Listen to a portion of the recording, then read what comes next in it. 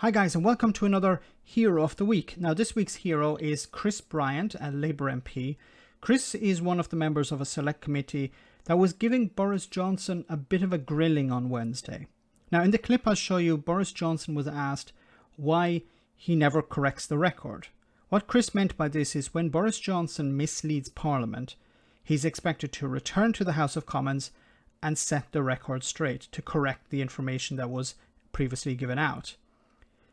This is acceptable if an MP, a minister or prime minister makes a mistake, but Boris Johnson almost never does this, both for mistakes and blatant lies. Now Chris asked a killer question, one that was asked in the House of Commons. Did you sack Matt Hancock? And of course Boris Johnson attempts to talk about something else. It seems that you very rarely correct the record. Why is that? I think I'm going to need you to give me chapter and verse there, as they say. I think there are plenty of instances where you have been told by various independent and outside bodies that the precise words that you've used have not been the full and accurate version of events. Well, let me give you an example. Okay, well, Mr. Bryant, let me give you an example because I think you're, if I may say so, and great respect to you, Sven, I'm not entirely sure that Mr. Bryant's questions are in order. But I'm not entirely sure Mr. Bryant's questions are in order. Boris Johnson is there to answer questions, not comment on the types of questions asked. That's his job. People seem to think that he is some type of king. No, he's the Prime Minister. He's a senior civil servant to a certain extent. His job is to answer questions in select committees. Of course, Boris Johnson doesn't want to do that. He sees it as a waste of his time, but he has to do it. And he doesn't have the right to question the questioner. Let me give you an example. It's commonly asserted, for instance, that when we put the figure of £350 million a week on the side of a bus that went round this country, causing a great deal of hoo-ha, that was erroneous and that did not reflect the true figure. That's probably one of the things that you're thinking of, is it, Mr. Bryant? No, I'm thinking of, did you sack Matt Hancock? Well, let me continue at this point. See, Johnson is used to being in the House of Commons where he just ignores the other side and he uses it as a moment to grandstand. But Chris is not having any of this. He's like, no, you're here to answer my questions. Did you sack Matt Hancock? Because Boris Johnson did not answer that question in the House of Commons. Now, he's supposed to answer questions. He's supposed to correct the record when he makes a mistake or when he misleads Parliament. He's not doing that. And here's a perfect example. Did you sack Matt Hancock? Did you sack Matt Hancock?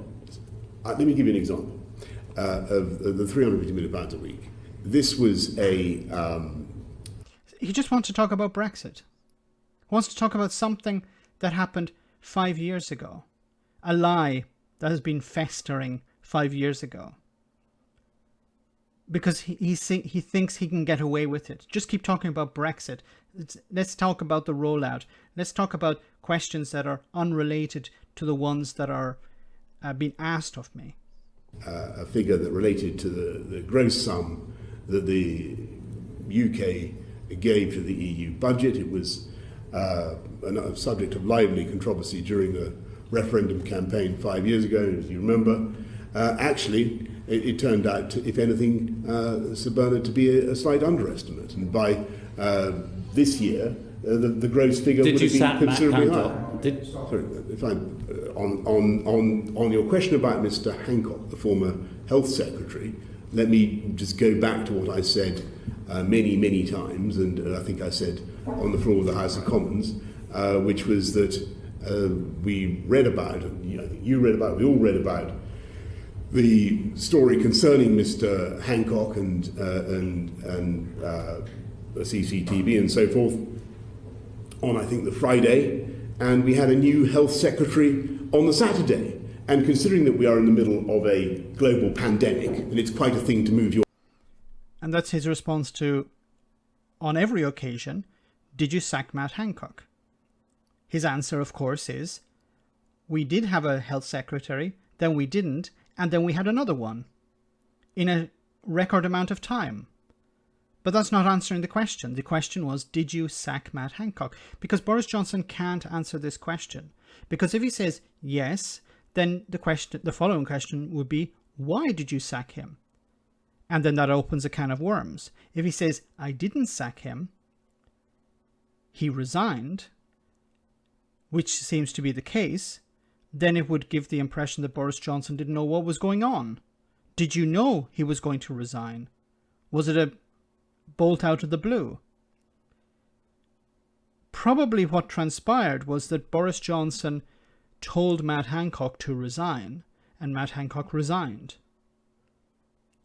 Boris Johnson said, don't make me fire you, because if I have to fire you, then I'm going to have to explain why I fired you. And I don't want to explain why I'm firing you. So you're going to fall on your sword. Now, unfortunately, Matt Hancock did not resign for the reasons I think he should have resigned. He should have resigned because he was responsible for over 130,000 deaths, but he resigned because he was caught snogging his aide by secret camera. That seems to be the reason why he resigned. Because he undermined his role as health secretary or something. But isn't it good that Boris Johnson is being rattled here? Isn't it good that we see the mask somewhat fall? We saw it with when the question was asked and Boris Johnson clearly expressed a dislike for the question. This is Boris Johnson to a T. This is the real Boris Johnson. Somebody who does not like to be questioned, someone who does not like to be held to account, someone who wants to just stand up and talk absolute crap, like in the House of Commons, and get away with it. Because that's what he's been doing all his life. And he still thinks he can get away with it. I think some cracks are starting to appear. I hope more of them do. And I hope that Boris Johnson eventually is escorted out of number 10. Let me know in the comment section, guys, what you think about all of this. Let me know what you think about Chris. I think he did a good job here. We need more people like that. We need more people to stand up to this bully and hold him to account, or at least attempt to do so. Let me know in the comment section, guys, what you think. As always, your comments are greatly appreciated. Thanks a lot. I want to say a big thank you to all of my patrons. You ensure that this channel continues to exist. I'm eternally grateful for all of your support. If you join Patreon, you will receive instant access to our Discord server, where we have both audio and video chats. You can chat with me and other patrons, where we discuss important and non-important issues. Becoming a patron per month costs about the same as a large coffee, so why not check it out?